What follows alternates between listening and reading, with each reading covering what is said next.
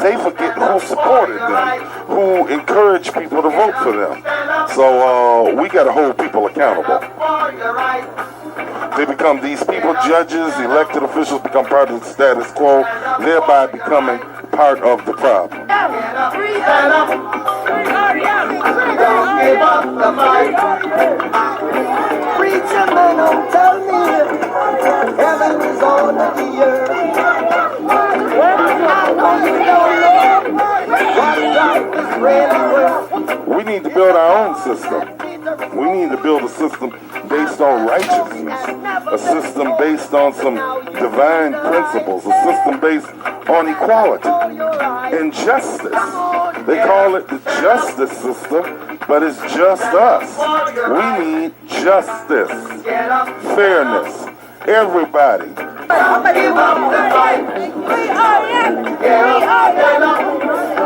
If you call yourself a trigger, you will act like a trigger. Criminals are organized. We are getting organized. So we thank God for the Detroit 300. Let's give God a hand clap. Well, you know, it's been a long grind, and the city's had a lot of things go wrong, but I feel like things are going in the right direction right now, and we're happy to be a part of it. All right, any other words you want to say? Well, glad you've been on our side. Detroit, for Detroiters first. Self-determination can't just be a slogan. It's got to be a way of life. All right, good evening to those of you just tuning in. I'm Minister Malik Shabazz. I want to let you know that this Sunday, July 6th, 2 p.m., there's going to be a program at the Hotel St. Regis, which is a beautiful African-American owned hotel located 3071 West Grand Boulevard. It's calling all black people. Our unity equals our salvation, our success. Let's unite to save our children and ourselves. National Day of Divine Unity. Now, this is being brought to you by the Nation of Islam, which is still under the teachings of the Supreme Minister. Under the Honorable Elijah Muhammad. Under the Honorable Elijah Muhammad. But came through the brother, the blood brother. Yes, sir. Supreme Minister John Muhammad, who was a friend of mine and who was a great, great man. He was the Honorable Elijah Muhammad's baby brother. Mm-hmm. And the Honorable Elijah Muhammad was a great man, and I feel that his blood brother was a great man. The keynote address is going to be Minister Basir Muhammad. Now, Minister Basir Muhammad has been in the Nation of Islam since 1955. He lived, think about that, he lived with the Honorable Elijah Muhammad for 3.5 years. And he said that the messenger taught all day and all night. He knew Brother Malcolm. I mean, this is a brother that has some history. He's got some knowledge. He's got some stories to tell. And we're really honored to have this elder here. So we want you to open up your mind and your ears and your hearts and receive. He's going to give you a little bit of what he's going to give to you Sunday. And let me just say one last thing. It's important that we all honor and revere our elders and that we listen. Us younger folks got to listen to, we used to call them old folks when I came up. So when I say old folks, I mean it in love. We listen to the old folks because we could learn so much, and we respected them and we revered them. And to you young folks out there, you do yourself such a disservice by dismissing and disregarding and dissing the elders. You need to pull your pants up, boy. That's right. And listen to the elders so that you can learn how to become a man. So we're honored to have an elder, a teacher, and minister, Basir Muhammad. Assalamu alaikum. Wa alaikum salam. I gotta tell you something, brother. I know you're my elder, but you know, man, your skin just looks beautiful, and I don't mean it in a homosexual manner. I mean, Yeah, I understand. you know, I mean, Yes, I sir. love women, Oh, but I'm please, just saying, good Allah. but you're good looking, brother. Oh, Your please, skin oh, and please, everything. good and Allah. you look like you got the energy of a 20-year-old. Yes, sir. How do you do that? By eating one meal a day for 59 years, Okay. and by living up to the teachings of the Honorable Elijah Muhammad. How to eat to live? Yes, sir. Yes, sir. The right foods, taking care of yourself, and being what we are supposed to be, trying to get the teachers and guidance to the rest of our people. Allah has blessed us to keep going and bringing this message to our people who need it more now than ever. Oh Yes, yes, sir. yes. So I'm thankful to be here with you. And, We're honored to have you. It's a blessing. Yes, sir. And to get to our people this day and time, it's a great necessity. We see things going on in our neighborhoods and among our people, our children. We're losing our children by the numbers. Left and right. And the children is our future. If we lose our children, we lose a future. We have no future. 10 years from now, if things keep going the way they are going, we won't have a future. See? So unless we turn it around now and get our children back on the right path, teach them back into the knowledge of self, God and the devil. Teach them the righteous way of life. Teach them their own names, nationality, religion, and God.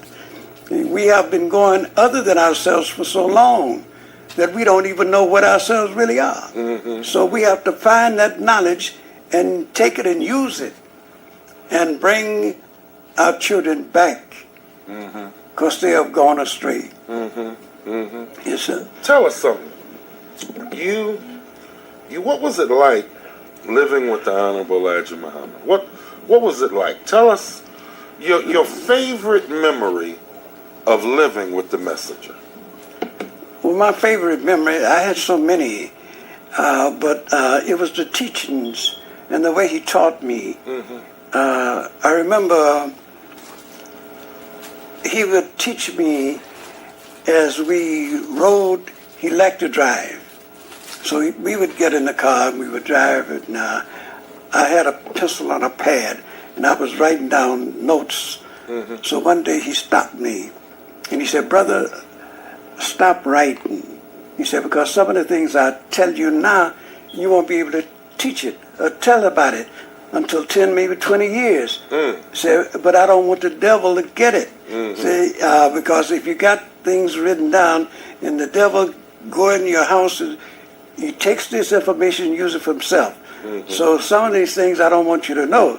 He says, because the devil tunes in on everything. This is why I take you riding and we go in the mountains and out on the desert and I talk to you because the devil want to know everything I say and think.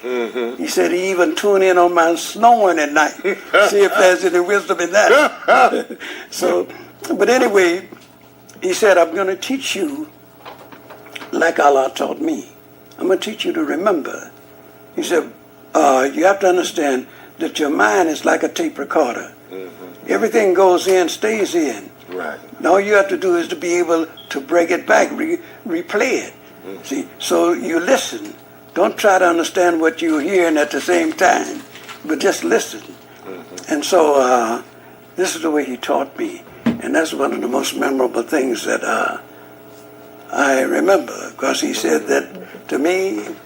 He said, when Allah taught me, I didn't have no education.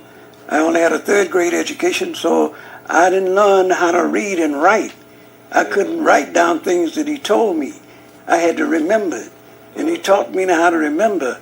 So I remember, he said, I remember everything that he ever taught me. He said, but all I have to do is just get back and meditate and bring it back. And so those are the most memorable things and that I can think of at this time, but there's so many things. Living with him for 3.5 years, you know, and he used to teach me sometime that my back of my head would be burning, and you know, it'd be hurting. Wow. I would be wishing that, you know, he would take a recess and let me sit and think a while, you know. But not go to sleep, and I couldn't sleep. And so this is the way it was for 3.5 years. So I was truly blessed, and I thank Allah for every day Yes. that I spent with him, the messenger. Now, as far as the messenger in public, at a class or whatnot, or at a big auditorium or whatnot speaking, or at the mosque, what's your most memorable memory of him? Speaking, it was the way that he explained himself.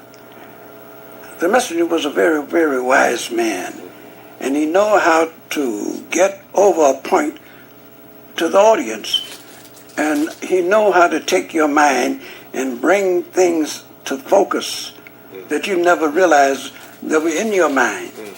And people, that's why when you hear his lectures, the people would be applauding. Everybody would be right tuned in together. And that's one of the most memorable things of his lecture, that he could get people tuned in right to him. It wouldn't be no foolishness or anything talking. I mean, everybody would listen no matter how long he taught. He had their attention. And so being able to hold our people attention today is something else. Yeah, it's not an easy thing to do. You knew Brother Malcolm. Yes, sir. Tell us what kind of man Malcolm X was. You know, we have the movie of Malcolm X. There are some Malcolm X shirts out there. Yes. Malcolm X hats and whatnot. But what kind of man, when Malcolm was in the mosque, I don't even want to deal with the enemy dividing. I understand. But when Malcolm was in the mosque, what kind of man was Malcolm? What kind of energy did Malcolm X give off? Well, he gave off an energy that most people don't have. He was a beautiful speaker. Malcolm X, well, he believed in what he was teaching when he was with the Honorable Elijah Muhammad. He had to believe it to teach as he taught. And but he was a man that didn't want to be held down. He was a man that has a force behind him, that he wanted to get out there and didn't want to be contained and have freedom to do and say what he wanted to say. I remember many times the messenger had to caution him. And I remember when the police broke into our temple in Los Angeles and killed some brothers, wounded. 1962? Yes, sir. Yeah, in L.A. Yes, sir. Malcolm wanted to go to war. Right. See, so... In the street. Yes, sir. But the police was ready. He expected us to fight back, retaliate. And they had the neighborhood around the temple and all in the South Los Angeles area. Police were just like a Gestapo day. And so it would have been many killed. So Malcolm asked the messenger, let me call the FOI from all over the country. And the messenger said, no, brother. He said, it would only be a disaster. He said, we don't want to lose any more of our brothers. See? He said, the time is not right for anything like that. Said, we don't have the weapons. What are we going to use to fight with? You know, he said, the devil got all kind of arms. He does. And some that we don't even know yet. You know, so we have to understand, we don't want to give any more lives to him. He's taken enough already. So I had to send Malcolm back to New York we was in Phoenix then. I was with the messenger in Phoenix then, and when Malcolm came to Phoenix and wanted to go to Los Angeles, but the messenger told him to don't go back to Los Angeles, to New York. And but Malcolm he wanted to fight. He had a fighting spirit, you know. And when we were start running our articles in the paper, Herald Dispatch, they cited us as God's angry men. Yes. Because Malcolm, the way Malcolm expressed himself, you know, he said, but we were angry. We were angry of the 400 years that we had been in bondage to the white man and the treatment that he had given us, and we had no means of retaliating. So that's why we were so thankful to Allah that he came and made himself known on July 4, 1930, to make us independent by teaching us back into the knowledge of self. See, and God and the devil. So, what kind of man was the Supreme Minister, John Muhammad? What kind of man was he? well, he was a man like the Honorable Elijah Muhammad in a way. He was focused on bringing our people together, making a better life for them, and he was doing everything that he could to do this. But he didn't have the focus that the messenger had, because the messenger was the messenger. Nobody had that knowledge that he had. And all we could do was to follow what he had given us. And John Muhammad was one that was trying his best to live up to the teachings of his brother. And so he stood fast behind his brother. And I respect him greatly for that, what he was doing. Yes, sir. Yes, sir. Yes, sir.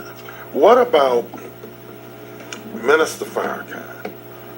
Did you know you knew Minister Farrakhan? Because Yes, sir. he was all together, and at that time there wasn't Silas Muhammad or Solomon Allah or Farrakhan or the Marvin Muhammad. It wasn't all these different nations of Islam.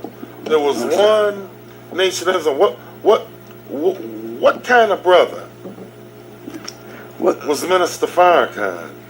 And what did you think of Mr. Farrakhan when you met him, when he first came into the what memories do you have of him? Well, I first met Minister Farrakhan in 1958. Malcolm brought him to Los Angeles with him with several other brothers. And but he was very enthusiastic.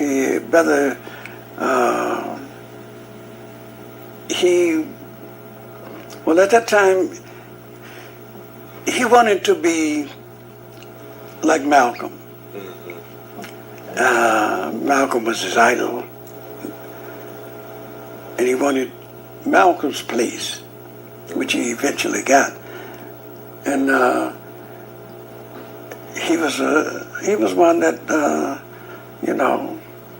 that worked hard for the nation, trying to help it develop him, but he was into his music too. Calypso Louis. Yes, Calypso. Yes, sir.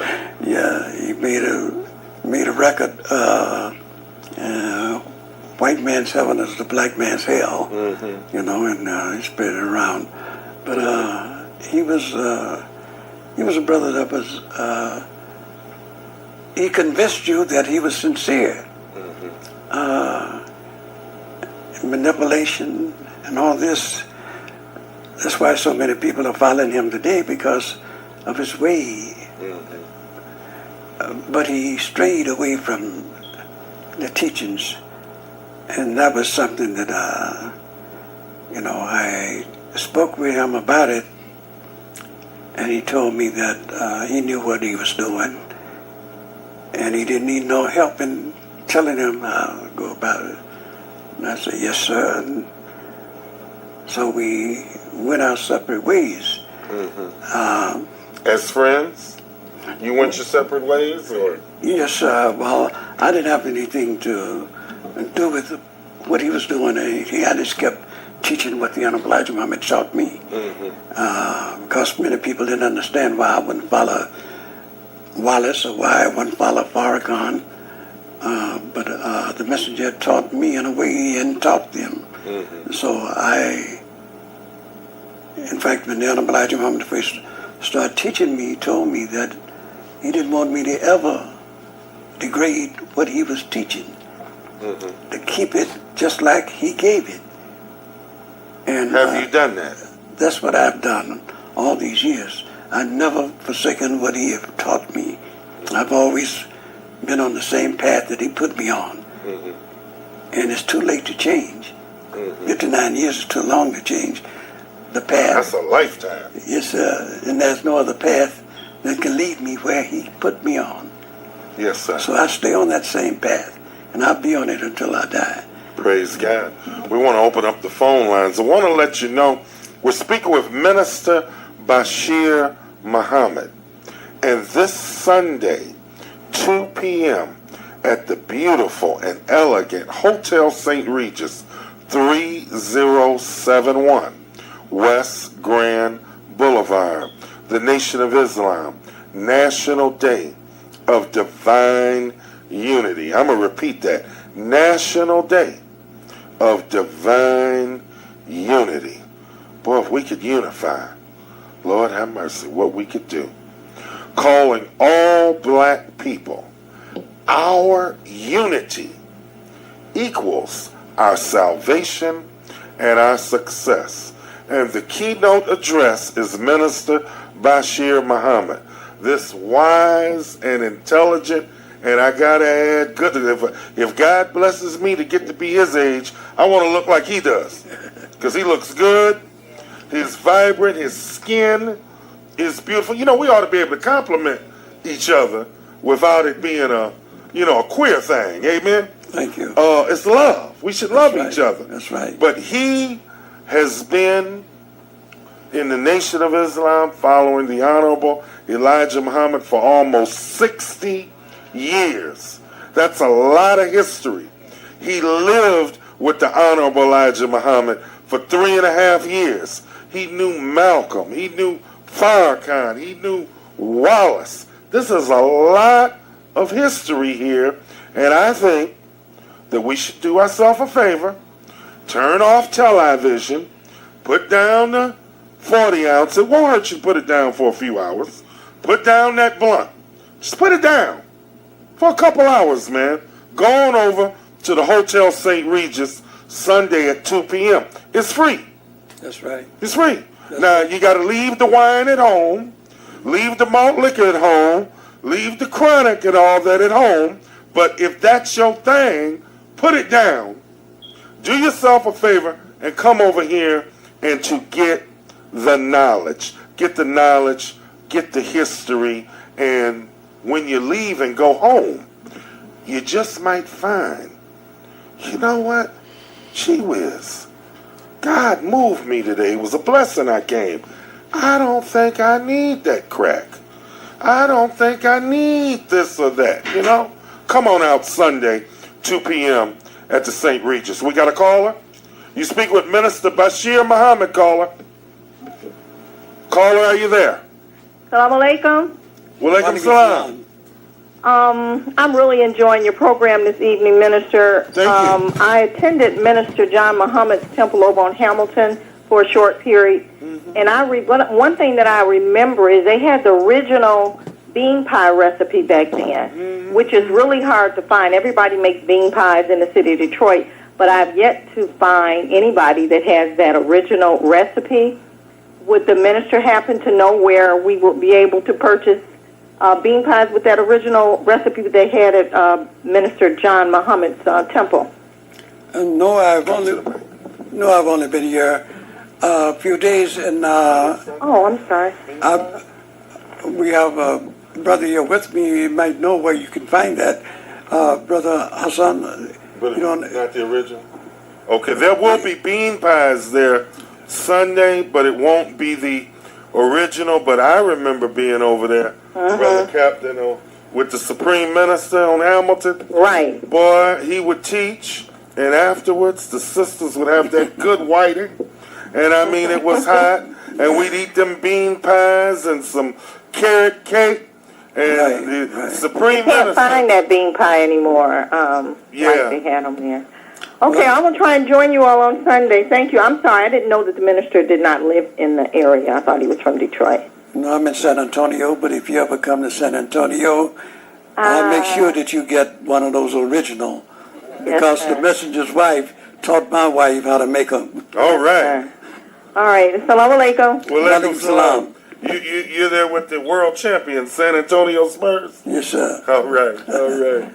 Yeah, we used to have a good time, Brother Hassan, over there. I mean, that hot fish, the pies, and John Muhammad would put something in our minds, you know? Yes, sir. And we'd have a good time on Sundays, and it'd be like, dang, brother, you back again? I said, hey, where else is there to go on Sundays? That's right. This is better than the football. I mean, I love sports, but Yes, sir. it's better than the football. It's better. Look, I can take that That's right. and leave, but, you know, when you got somebody like John Muhammad here, you don't know how long God is going to bless you with him, so I'm going to come get this knowledge while I can, and I'm going to definitely get some of that good food Yes, sir. as I'm on the way out the door. But, yeah, we used to have a ball over there on Yes, Hamilton. So, do you have any regrets being a warrior of the Honorable Elijah Muhammad for almost 60 years? Do you have any regrets at all? No, sir, I don't. I'm thankful because the life that I was living is, he saved me, my life, you know, and I was blessed. I remember when I was the first one to teach Islam in Los Angeles, and so when I became the minister on Temple number 27, I was making a lot of money because I was a plastering contractor, and I was making $300 or $400 a day. And the messenger told me that I had to give it up, and he would put me on a $250 a week salary. And So wait a minute. You gave up $300, $400 a day right, for a $250 a week salary. right. Okay. So he told me that That's something everybody does every week. yeah. He told me that said we have a school that's prospering there, and you need to be there every day and to focus all your time there. And I need you to go from temple to temple because he put me over 13 states. And so I had, you know, money wasn't anything to me because I had made money. I had what everybody was trying to get, and so it didn't bother me. So I immediately dropped the business and started full time at the temple. Kind of like when Jesus met the disciples and Peter and Andrew and them, and they were fishermen, Yes, and he sir. was like saying, hey, the fish you getting is one thing, but if you roll with me, I'll teach you how to be fishers of men. That's right. Was that the experience that you had? That's the experience that I had, you know. I went into places that, you know, was forbidden. He made me a representative of him through all the prisons throughout the Midwest. And I would go into prisons where they had traps set to kill me for teaching what I was teaching, and for being a follower of Honorable Elijah Muhammad. And during that time, they had taken and confiscated anything that they find that had the name of the Nation of Islam or the Honorable Elijah Muhammad on it. There were not books or anything in it.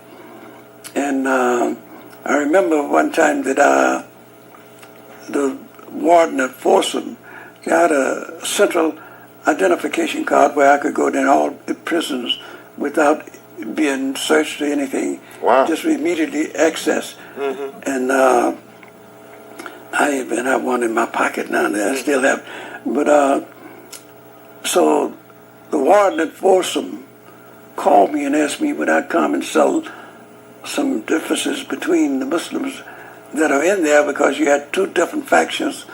One minister wanted to be the teacher there, and the other one wanted to be the... So they were having arguments, and he didn't want anything to break out. So I went. When I got there, he took me down through different channels down on the ground, locking doors, and got me in a cell where two brothers were sitting there waiting on me. So they locked the door and left me there with the two brothers. And so I asked them what was the problem, and I told them that if either one of you truly want to represent the Honorable Elijah Muhammad, you got to be able to submit to one another. You can't find differences. And I said, because this reflects on the teaching of the Honorable Elijah Muhammad.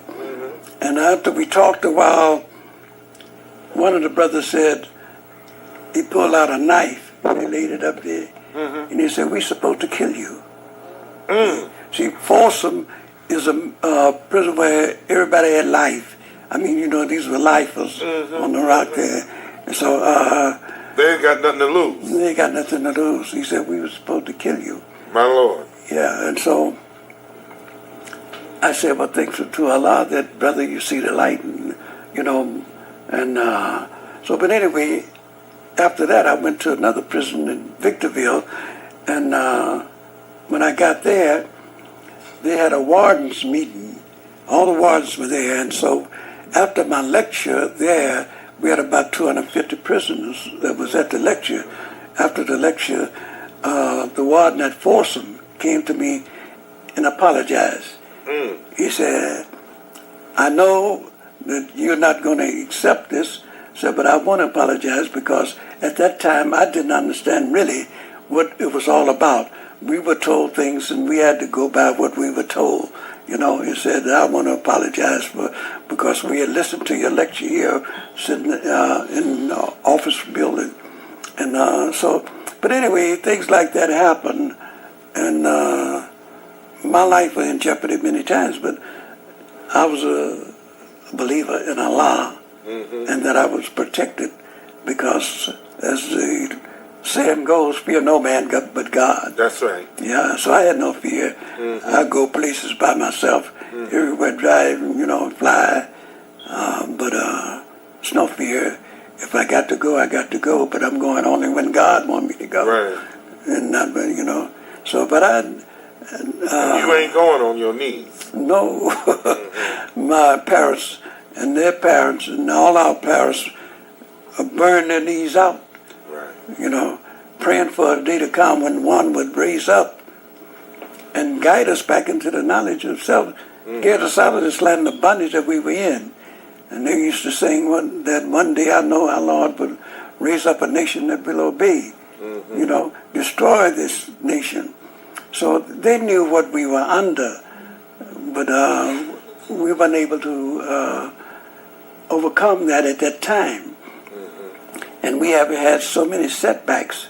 And I think integration was one of the terrible setbacks we had.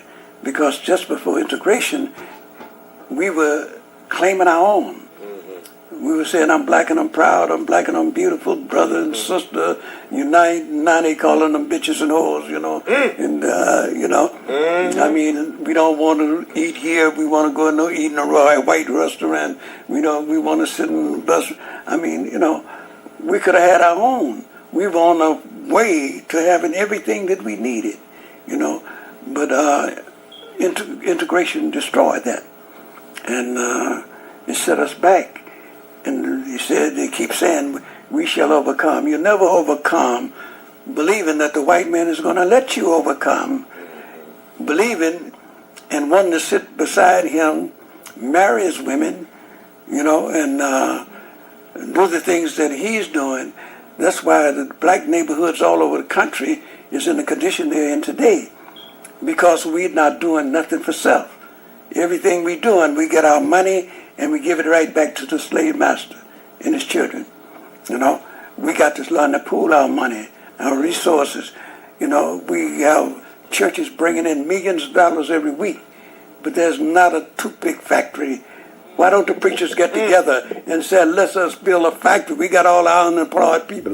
They wouldn't be unemployed if they would take that money out of the banks that they're putting in there every week, you know, and build something in the community that black people and black children could be proud of. They have something to look up to. But at the way things are going now, they are getting all the glory and the money, and the people are getting very little satisfaction. Amen. See? Well, I know this, and I got to conclude this segment, Elder. Yes, sir. But I want to tell you, it has been a joy. Thank It you. has been an honor Yes, sir. to meet you. If I didn't have this already scheduled search for these missing children, I I understand. would be there I understand. because I believe in the spirit of a thing, Yes, sir. and I'm picking up on the vibes coming from your spirit Yes, sir. and the wisdom and the knowledge and the energy and the history. And see, I'm not the smartest guy in the world, but I got just enough sense to know when a wise man is around me or in my presence, I need to listen. Yes, sir. I remember the messenger saying that whenever the Honorable Marcus Garvey would come to town, that he would walk 20 miles to go hear him. Yes, sir. And that whenever great people, great teachers come, you should go there Right. and get that knowledge. Right. So I thank God for the modern world of DVDs. You'll get me one. But it's been a pleasure and an honor. And the next time you come back in town, I'd like to know earlier, and try to get you in sooner and earlier. Thank you. And be able to sit down with you a little bit away from the microphones. And, Yes, sir. and just talk and just ask you 50 questions. That'll be my pleasure. You know, it would be my pleasure to learn. Yes, sir. But for those of you who can, once again, I'm urging you to come on out, calling all black people. Doesn't matter if you're this black or if you're, you know, we got some black folks that's almost white, but they're black. That's right. If you're black, Right. come on out. That's right. Calling all black people. Our unity equals our salvation and our success. Let's unite to save our children and to save ourselves. It's the National Day of Divine Unity. This Sunday at 2 p.m. at the Hotel St. Regis. That's right over there on West Grand Boulevard between Woodward and 2nd. It's free.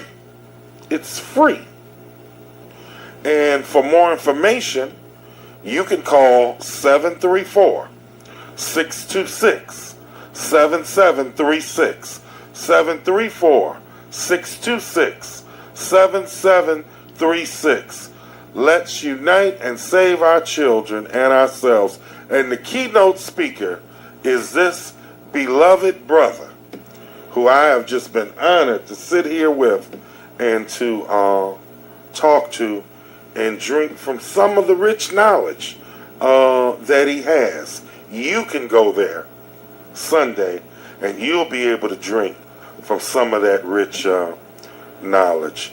Minister Basir Muhammad, it's been an honor Thank you. and a pleasure. Thank you. May Allah bless you. You too. And keep And you. you come back in town, I want you to come back. Thank you. Whenever you come in town, I will. I want you to stop through my show I will. because it's a pleasure and you've lit up the room. Thank you. And we need to honor our elders. Yes, We sir. need to honor and listen to and ask questions Yes, sir. of those who've been there before us, because you have done what we trying to do. Amen? And that's the only way we're going to come together. Kill Willie Lynch and bring the younger and the older back together. Right. I thank you, brother. Salam alaikum. Walaikum salam. Stay right here for the commercial break. Yes, sir. You ready, Junior? Opinions expressed.